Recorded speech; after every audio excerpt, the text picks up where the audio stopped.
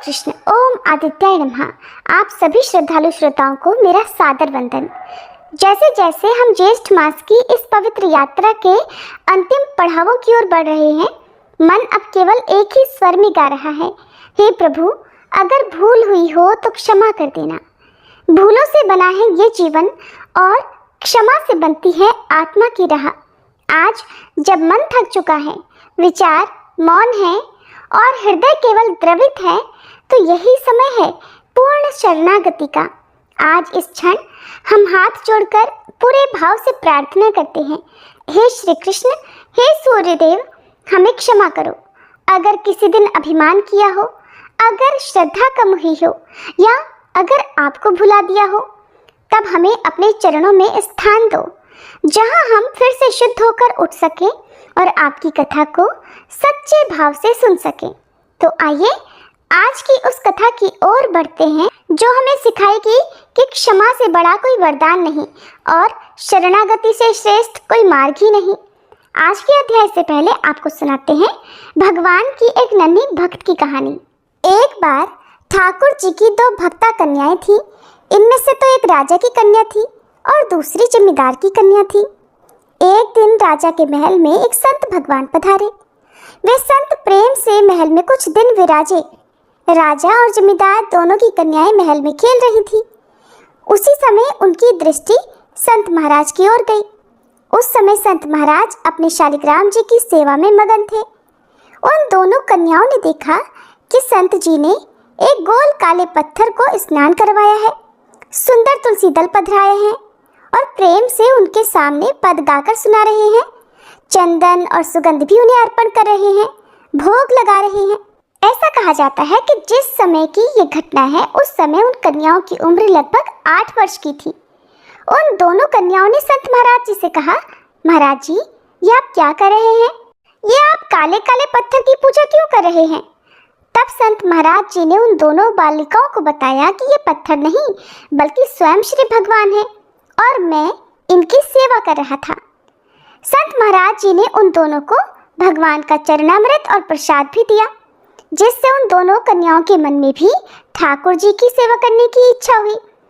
संत महाराज जी का महल में प्रवचन भी हुआ।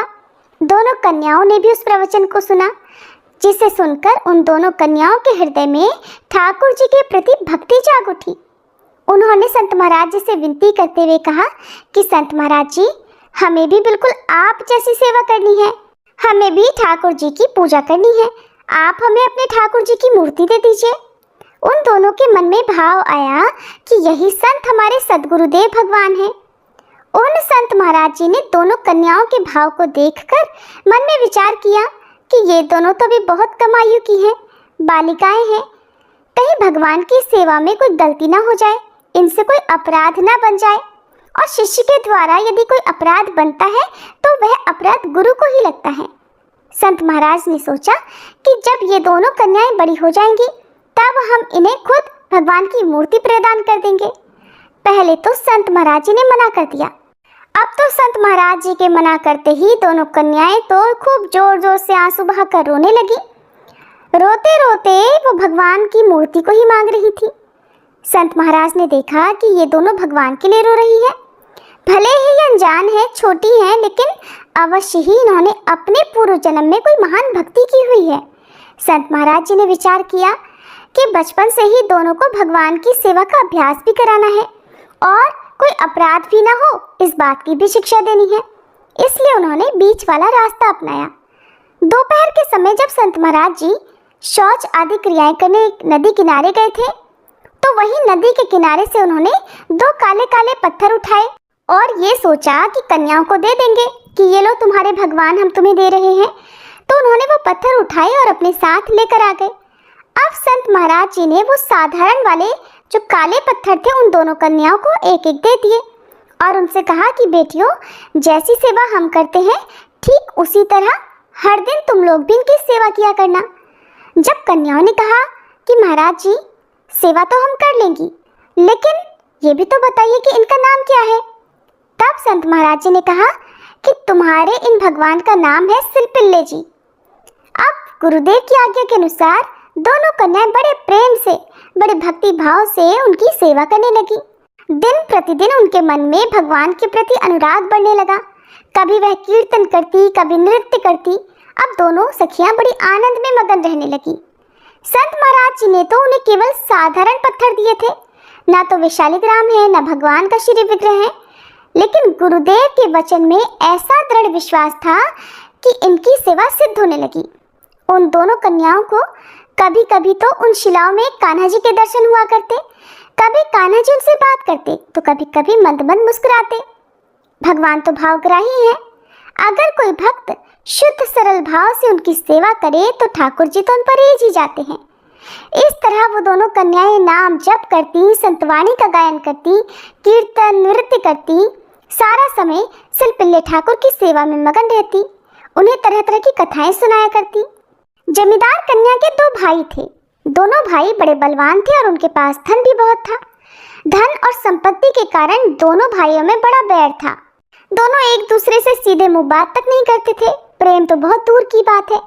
उन दोनों के लड़ाई झगड़ों की बात देख देख कर गाँव वालों ने दोनों भाइयों को समझाया कि अगर पास रहोगे तो लड़ाई झगड़ा होता रहेगा, और अगर एक दूसरे से दूर रहोगे तो लड़ाई झगड़ा कम होगा और हो सकता है बिल्कुल भी ना हो।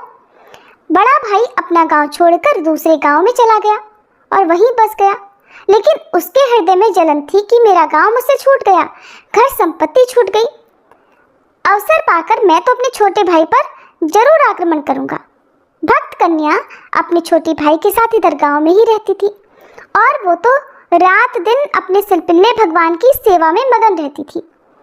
एक दिन बड़े भाई ने अपने कुछ बलवान साथियों को लेकर छोटे भाई पर रात में हमला कर दिया और उसकी बहुत सारी संपत्ति लूट ली। गांव के लोगों ने रोकने का प्रयास बहुत किया, परंतु जो गांव वाला सामने आता समझाने की कोशिश करता, उन्हें भी उसके बलवान साथियों ने खूब पीटा और उन्हें भी लूट कर ले गए। छोटे भाई के घर पर जब सारा सामान लूटा गया तो उसमें जमींदार कन्या के सिलपिल्ले भगवान भी थे। सामान के साथ वो उसे भी ले गए। अब धन संपत्ति की कमी तो थी नहीं, क्योंकि जमींदार कन्या ने अपने सिलपिल्ले भगवान को सोने के सिंहासन पर विराजमान कर रखा था और उसके आसपास बहुत सारे शालिग्राम रखे हुए थे जिनकी सेवा उनके पूर्वज करते आए थे। प्रातःकाल जब भक्त कन्या उठकर भगवान की सेवा में गई तो देखा कि भगवान का तो सिंहासन ही नहीं है। इससे अब उस भक्ता को बड़ा कष्ट हुआ और वो ऐसे छटपटाने लगी मानो जल बिना मछली हो। खूब रोने गिड़गिड़ाने लगी, तड़पने लगी। उसने खाना पीना छोड़ दिया और हर समय जिद करने लगी, मेरे सिलपिल्ले भगवान कहाँ गए, कोई मेरे सिलपिल्ले भगवान को ला दो। बहुत रोती रही, तड़पती रही। गांव वाले आए, समझाने लगे कि बेटी इस तरह मत रो। एक तो वो तुम्हारे ठाकुर जी पत्थर के थे और कोई सुंदर भी नहीं थे। हम तुम्हारे लिए अष्ट धातु की सुंदर बंसीधर की मूर्ति लाकर दे देंगे। लेकिन जमींदार कन्या तो किसी की बात सुनने को तैयार ही नहीं थी। रोते रोते कहने लगी, नहीं, मुझे तो अपने सिलपिल्ले भगवान ही चाहिए। रोते रोते कभी वह मूर्छित हो जाती। जब उसे थोड़ा होश आता फिर से सिलपिल्ले भगवान को ढूंढती, नहीं मिलते तो जोर जोर से रोने लगती। उसकी दशा देखकर गांव वालों ने उसे समझाया कि बेटी, तुम्हारा बड़ा भाई सामान लूट कर ले गया है, उसी में तुम्हारे सिलपिल्ले भगवान भी थे, वो उन्हें भी लूट कर ले गया। अब तुम्हारे बड़े भाई के पास तो बड़े बड़े बलवान आदमी हैं। अगर हम में से कोई ठाकुर जी मांगने गया तो वो तो देगा नहीं, उल्टे पीठ और देगा। वैसे तो बैर भाइयों में है, लेकिन तुमसे तो दोनों भाई बड़े प्रेम करते हैं। एक काम करो कि तुम ही जाकर अपने ठाकुर जी मांग कर ले आओ। जमींदार कन्या को तो और कुछ नहीं चाहिए था, बस सिलपिल्ले भगवान ही चाहिए थे और उन्हें पाने के लिए वो कुछ भी कर सकती थी। अब दौड़ी दौड़ी नंगे पांव वो उसी गांव में गई जहां उसके बड़े भाई रहते थे। उस समय वह द्वार पर अपने साथियों के साथ बैठक में बैठा हुआ था। बहन जब पहुंची तो कहने लगी कि भैया, आपने जो कुछ भी सामान लूटा है उसमें से मुझे कुछ भी नहीं चाहिए। उसमें मेरे ठाकुर जी भी आ गए हैं, उस सामान में से बस मेरे ठाकुर जी ढूंढ कर वापस कर दो। भाई ने अपनी बहन से कहा, घर के अंदर चली जाओ, वहां लूट के सामान के बीच में एक जगह पर सारे ठाकुर जी विराजमान हैं, उनमें से अपने ठाकुर जी को पहचान कर ले जाओ। वह भक्ता बहुत तड़प तड़प कर रो रही थी। उसकी ये हालत देखकर बैठक में जो लोग बैठे हुए थे उनमें से एक व्यक्ति बोला, तुम 10 कोस से पैदल चलकर अपने ठाकुर जी के लिए यहाँ आई हो, विलाप कर रही हो। क्या तुम्हारे उस ठाकुर जी में इतनी ताकत नहीं है, इतनी सामर्थ्य नहीं है कि वो खुद चलकर तुम्हारे पास आ सके? अगर तुम्हारे अंदर इतनी ही भक्ति है, तुम्हारी भक्ति में इतनी ही शक्ति है, तो यहीं से बुला लो। घर के अंदर जाने और पहचानने की भला क्या जरूरत है? अब तो ये बात उस भक्ता के हृदय को लग गई। उसने मन ही मन ठाकुर जी से प्रार्थना की कि हे प्रभु, मेरे अंदर ऐसा भक्तिभाव और प्रेम तो नहीं है कि मैं पुकारूं आपको और आप तुरंत दौड़े चले आओ। नहीं, मेरे अंदर इतनी सामर्थ्य है कि मैं ऐसा दावा कर सकूं कि मेरे पुकारने से आप चले आएंगे। आप स्वयं कृपा करके हमारे पास चले आओ, नहीं तो ठाकुर जी देख लो, ये सारे लोग हंसी उड़ाएंगे कि इनके ठाकुर जी में तो कोई शक्ति ही नहीं है, सामर्थ्य नहीं है, और सब लोग केवल यही कहेंगे कि ये तो केवल पत्थर है। ठाकुर जी, मैं आपकी दासी हूँ, मुझे अपनी हंसी उड़ने की चिंता नहीं है, लेकिन अगर ये लोग आपकी हंसी उड़ाएंगे तो मुझे बहुत कष्ट होगा। भला मुझसे ऐसा कौन सा अपराध हो गया ठाकुर जी जो आप हमें छोड़कर चले गए? ठाकुर जी, हे प्रभु, इन दुष्टों के हृदय में भक्ति बढ़े ऐसी कोई तो लीला करो। हे ठाकुर जी, मेरी आपसे विनती है, आप जल्दी घर से बाहर आ जाओ। बैठक में बैठे सब लोग हंसी उड़ाने के इंतजार में बैठे हुए थे और देखते ही देखते सिंहासन चलते चलते उस कन्या के पास आ गया और उछलकर ठाकुर जी आकर उस कन्या के हृदय से लग गए। जैसे ही ये लीला उसके भाई और साथियों ने देखी, उसी क्षण सब लोग उस भक्ता के चरणों में गिर गए। उन्होंने क्षमा याचना की और कहा कि हम आपके भक्तिभाव को नहीं पहचान सके। बड़ा भाई कहने लगा, मेरे बड़े भाग्य की बात है कि मेरी बहन ऐसी उच्च कोटि की भक्ता है। आज तो मेरा घर पवित्र हो गया और इनके दर्शन भी हो गए।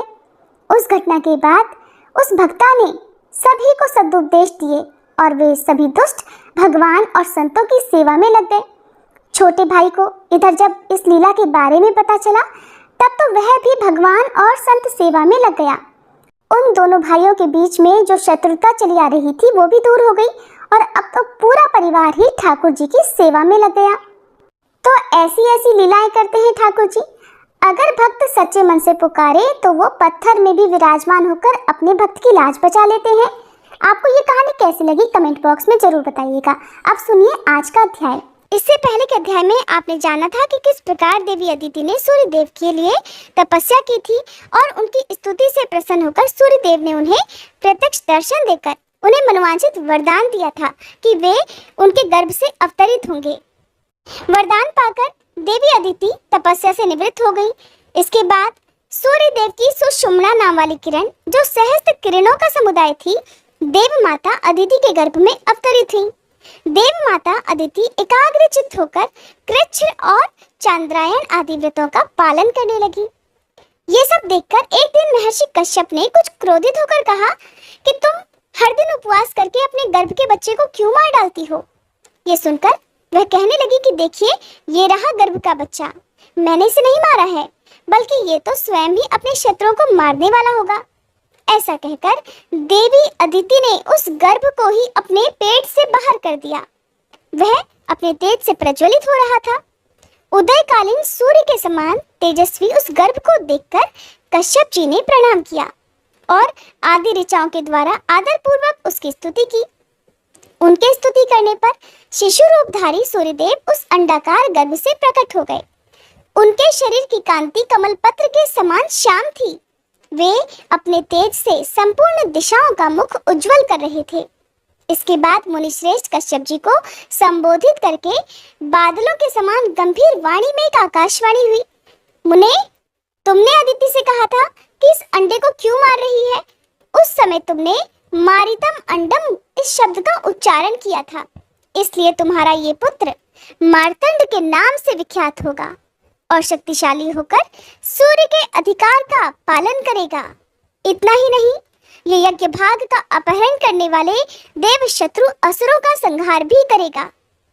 ये आकाशवाणी सुनकर देवताओं को बड़ा हर्ष हुआ और दानव बलहीन हो गए। तब देवराज इंद्र ने दैत्यों को युद्ध करने के लिए ललकारा। दानव भी उनका सामना करने के लिए युद्ध के मैदान में आ पहुंचे। फिर तो देवताओं का असुरों के साथ घोर संग्राम हुआ। उनके अस्त्र शस्त्रों की चमक से तीनों लोकों में प्रकाश छा गया। उस युद्ध में भगवान सूर्य की क्रूर दृष्टि पड़ने और उनके तेज से जलने के कारण सभी असुर जलकर भस्म हो गए। अब तो देवताओं के हर्ष की कोई सीमा नहीं रही। उन्होंने तेज के उत्पत्ति स्थान भगवान सूर्य और देवी अदिति की स्तुति की। अब उन्हें पहले की तरह अपने अधिकार और यज्ञ के भाग भी प्राप्त हो गए। भगवान सूर्य भी अपने अधिकार का पालन करने लगे। वे नीचे और ऊपर फैली हुई किरणों के कारण कदम्ब पुष्प के समान सुशोभित हो रहे थे। उनका मंडल गोलाकार अग्निपिंड के समान है।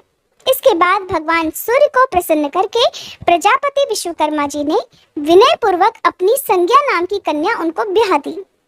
विवस्वान से संज्ञा के गर्भ से वैवस्वत मनु का जन्म हुआ। अब राजा ने पूछा, हे मुनि, आपने आदिदेव भगवान सूर्य के महात्म्य और स्वरूप का विस्तार पूर्वक वर्णन किया। अब मैं उनकी महिमा का वर्णन भी सुनना चाहता हूँ। कृपया आप प्रसन्न होकर बताने की कृपा करें। तब मुनि इस प्रकार बोले कि हे राजन, अब मैं तुम्हें आदिदेव सूर्य का महात्म्य बताता हूँ, ध्यान पूर्वक सुनो। पूर्व काल में दम के पुत्र राज्यवर्धन बड़े विख्यात राजा हुए हैं। वे अपने राज्य का धर्म पूर्वक पालन किया करते थे, इसलिए वहां के धन जन की दिनों दिन वृद्धि होने लगी। उस राजा के शासनकाल में समस्त राष्ट्र तथा नगरों और गांवों के लोग अत्यंत स्वस्थ और प्रसन्न रहा करते थे। वहां कभी भी कोई उत्पात नहीं होता था, कोई रोग भी नहीं सताता था, सांपों के काटने का और बाढ़ आदि का भय भी नहीं था। राजा ने बड़े बड़े यज्ञ किए, याचकों को भरपूर दान दिए और धर्म के अनुकूल रहकर विषयों का उपभोग किया। इस प्रकार राज्य करते तथा प्रजा का भली भांति पालन करते हुए उस राजा के 7000 वर्ष ऐसे बीत गए मानो एक ही दिन बीता हो। दक्षिण देश के राजा विदुरथ की पुत्री मानिनी राज्यवर्धन की पत्नी थी। एक दिन वह सुंदरी राजा के मस्तक में तेल लगा रही थी। उस समय वह राज परिवार के देखते ही देखते आंसू बहाने लगी। रानी के आंसुओं की बूंदें जब राजा के शरीर पर पड़ी तो उसे मुख पर आंसू बहाती देखकर उन्होंने मानिनी से पूछा, देवी, ये क्या हुआ? तुम क्यों रो रही हो? स्वामी के इस प्रकार पूछने पर उस मनस्विनी ने कहा, कुछ नहीं। जब राजा ने बार बार पूछा तब उस सुंदरी ने राजा की केश राशि में अर्थात राजा के बालों में एक पका हुआ बाल दिखाया और कहा, राजन, ये देखिए, क्या ये मुझ अभागिनी के लिए दुख का विषय नहीं है? ये सुनकर राजा हंसने लगे। उन्होंने वहां एकत्रित हुए सभी राजाओं के सामने अपनी पत्नी से हंसकर कहा, शुभे, इसमें शोक की क्या बात है? मेरे सिर पर पका हुआ बाल देखकर तुम्हें रोना तो नहीं चाहिए। जन्म, वृद्धि और परिणाम आदि विकार सभी जीवधारियों के होते हैं। मैंने तो सभी वेदों का अध्ययन किया, हजारों यज्ञ किए, ब्राह्मणों को दान दिया और मेरे कई पुत्र भी हुए। अन्य मनुष्यों के लिए जो अत्यंत दुर्लभ हैं, ऐसे उत्तम भोग भी मैंने तुम्हारे साथ भोग लिए। पृथ्वी का भली भांति पालन किया और युद्ध में भली भांति अपने धर्म को भी निभाया। भद्रे, अब भला ऐसा कौन सा शुभ कर्म है जो मैंने नहीं किया? फिर इन पके बालों से तुम इतना क्यों डरती हो? शुभे, मेरे बाल पक जाएं, शरीर में झुर्रियां पड़ जाएं या ये देह भी शिथिल हो जाए, कोई चिंता नहीं है। मैं अपने कर्तव्य का पालन कर चुका हूँ। कल्याणी, तुमने मेरे सिर में जो पका हुआ बाल दिखाया है, अब वनवास लेकर उसकी भी दवा करता हूँ। पहले बाल्यावस्था और कुमारावस्था में तत्कालोचित कार्य किया जाता है, फिर युवावस्था में यौवनोचित अर्थात जो युवावस्था में किए जाने वाले कार्य होते हैं वो किए जाते हैं, और बुढ़ापे में वन का आश्रय लेना ही उचित माना जाता है। मेरे पूर्वजों और उनके भी पूर्वजों ने ऐसा ही किया है, इसलिए मैं तुम्हारे आंसू बहाने का कोई कारण नहीं देखता। पके बाल का दिखाई देना तो मेरे लिए महान अभ्युदय का कारण है, इसमें तो मेरे लिए ही प्रसन्नता है। महाराज की ये बात सुनकर वहां उपस्थित हुए अन्य राजा, पूर्ववासी तथा पार्श्ववर्ती मनुष्य उनसे बड़ी शांति पूर्वक और विनम्रता से बोले, राजन, आपकी महारानी को रोने की आवश्यकता नहीं है। रोना तो बल्कि हम लोगों को या फिर समस्त प्राणियों को चाहिए, क्योंकि आप हमें छोड़कर वनवास लेने की बात जो अपने मुंह से निकाल रहे हैं। महाराज, आपने हमारा लालन पालन किया है। आपके चले जाने की बात सुनकर ही हमारे तो प्राण निकले जाते हैं। आपने 7000 वर्षों तक इस पृथ्वी का पालन किया है, और अब आप वन में रहकर जो तपस्या करेंगे वो इस पृथ्वी पालन जनित पुण्य की 16वीं कला के बराबर भी नहीं हो सकती।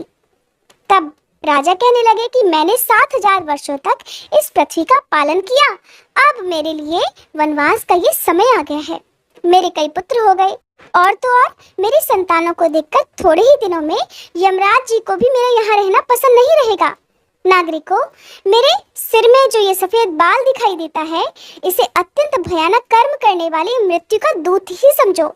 इसलिए मैं राज्य पर अपने पुत्र का अभिषेक करके सभी भोगों को त्याग दूंगा और वन में रहकर तपस्या करूंगा।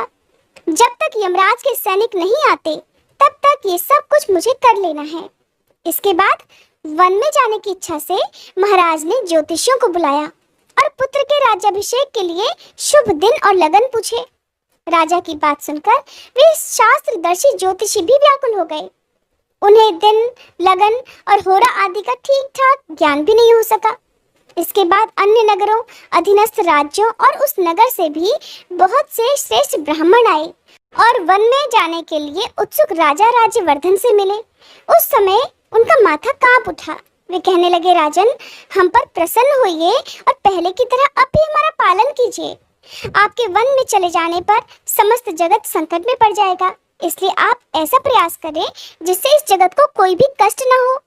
इसके बाद राजा ने जो कुछ भी किया या जो कुछ भी उन श्रेष्ठ ब्राह्मणों से कहा, भक्तजनों, उसका वृतांत आप सभी अगले अध्याय में सुनिएगा। अब सुनिए श्री सूर्य चालीसा पाठ और सूर्य भगवान की आरती।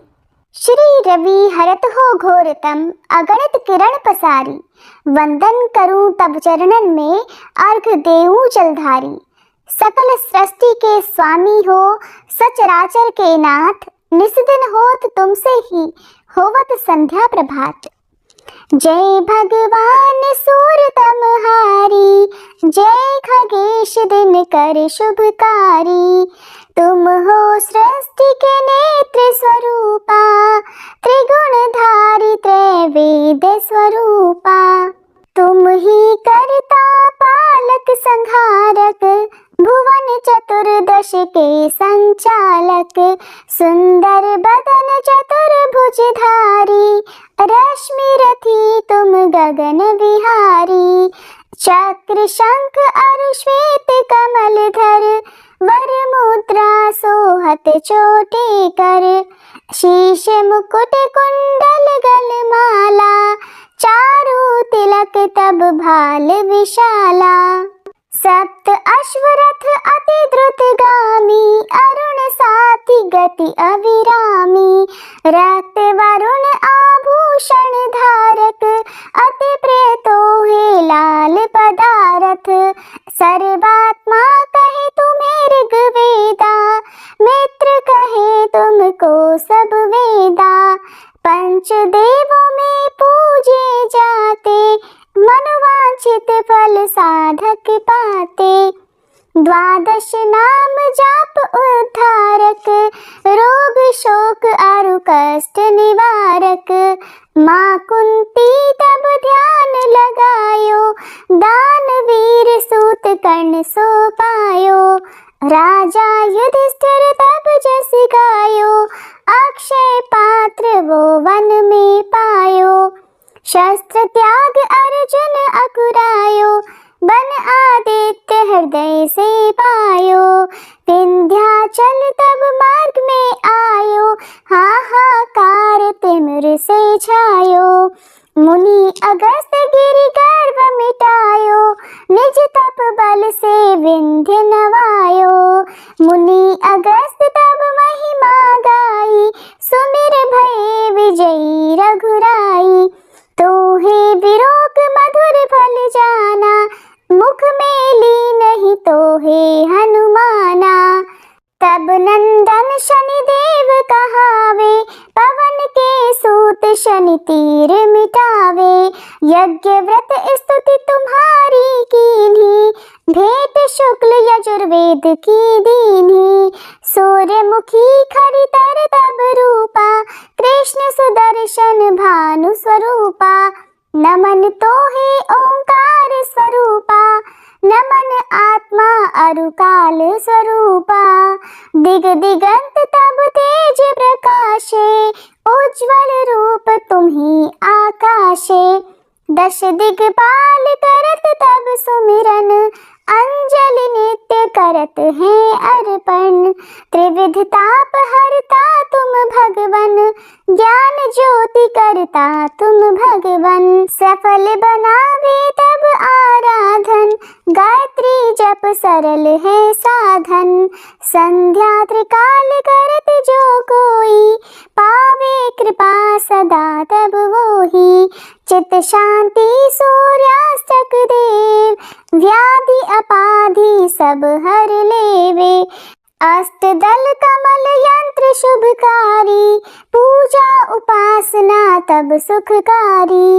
माघ मास शुद्ध सप्तमी पावन, आरंभ हो तब शुभ व्रत पालन।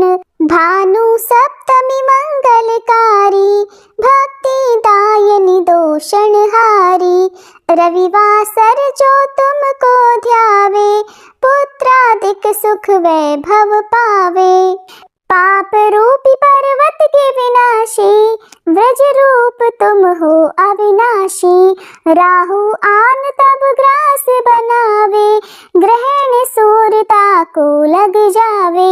धर्म दान तब करते हैं साधक, मिटत राहु तब पीड़ा बाधक। सूर्य देव तब कृपा कीजे, दीर्घ आयु बल बुद्धि दीजे। सूर्य उपासना कर नित ध्यावे, कुष्ठ रोग से मुक्ति पावे। दक्षिण दिशा तोरी गति जावे, दक्षिणायन वो ही कहलावे। उत्तर मार्गी तोरु रथ होवे, उत्तरायण तब वो कहलावे। मन और वचन कर्म हो पावन, संयम करता भलित आराधन। भरत दास चिंतन करत घर दिन कर तब ध्यान, रखियो कृपा इस भक्त पे तुम्हारी सूर्य भगवान। ओम जय सूर्य भगवान, जय हो दिनकर भगवान। जगत के नेत्र स्वरूपा, तुम हो त्रिगुण स्वरूपा। धरत सब ही तब ध्यान, ओम जय सूर्य भगवान। सारथी अरुण है प्रभु, तुम श्वेत कमल धारी। तुम चार भुजाधारी, अश्व है सात तुम्हारे।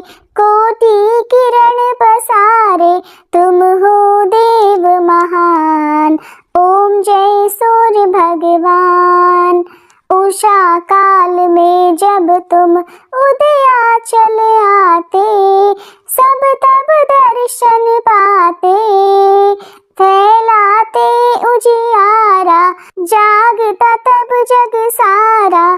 करे सब तब गुणगान, ओम जय सूर्य भगवान। संध्या में भुवनेश्वर अस्ताचल जाते, गोधन तब घर आते। गोधूली बेला में हर घर हर आंगन में, हो तब महिमा गान। ओम जय सूर्य भगवान। देव दनुज नर नारी, ऋषि मुनिवर भजते। आदित्य हृदय जपते, स्तोत्र ये मंगलकारी। इसकी है रचना न्यारी, दे नव जीवन दान। ओम जय सूर्य भगवान।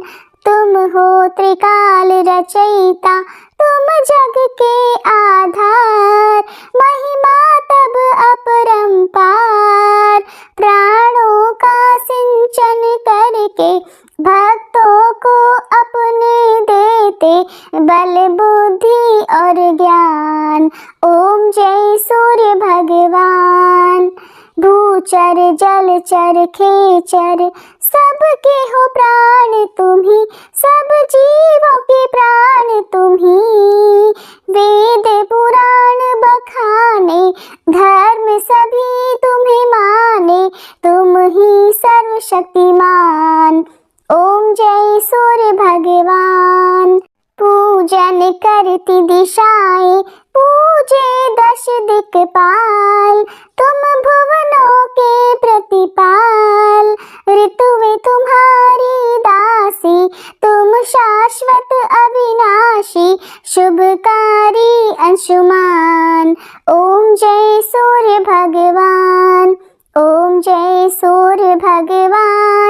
जय हो दिनकर भगवान, जगत के नेत्र स्वरूपा, तुम हो त्रिगुण स्वरूपा, धरत सब ही तब ध्यान। ओम जय सूर्य भगवान।